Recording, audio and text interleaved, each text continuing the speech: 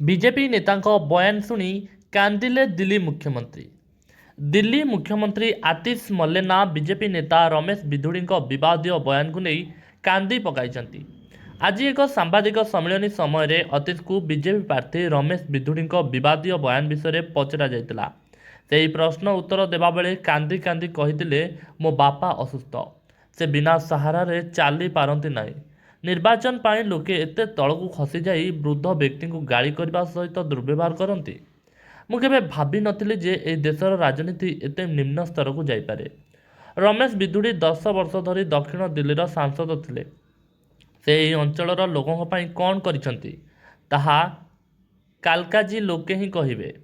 ତୁମର କାମକୁ ଦେଖାଇ ଭୋଟ ମାଗ। ମୋର ବୃଦ୍ଧ ପିତାଙ୍କୁ ଦୁର୍ବ୍ୟବହାର କରି ଭୋଟ ମାଗିବା ଅତ୍ୟନ୍ତ ଦୁଃଖଦାୟକ। सोशल मीडिया रे रमेश विधुड़ी एक वीडियो भाइराल होबारे लगी, जो से दिल्ली मुख्यमंत्री आतिश विरोध में विवादीय मंतव्य देउथिबा शुणिबाकु मिली। विधुड़ी कहते जे आतिश मल्लेनारू सिंह होते। अरविंद केजरीवाल पिलामानंक मुंडरे हाथ रखी शपथ नहीं जे से कांग्रेस सह जीवे नहीं, पिलांकु सुरक्षा देबे। एही क्रम में देखा गले आतिश तांको बापा को ही बदलाई देइछंती। यह हेउची तांकर चरित्र।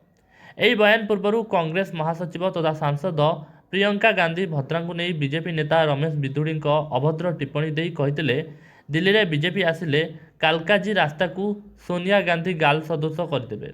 यह बयान पर बीजेपी पूर्वतन सांसद तथा नेता रमेश विधुड़ी को विभिन्न महलरू समालोचना शिकार होगा पड़ी।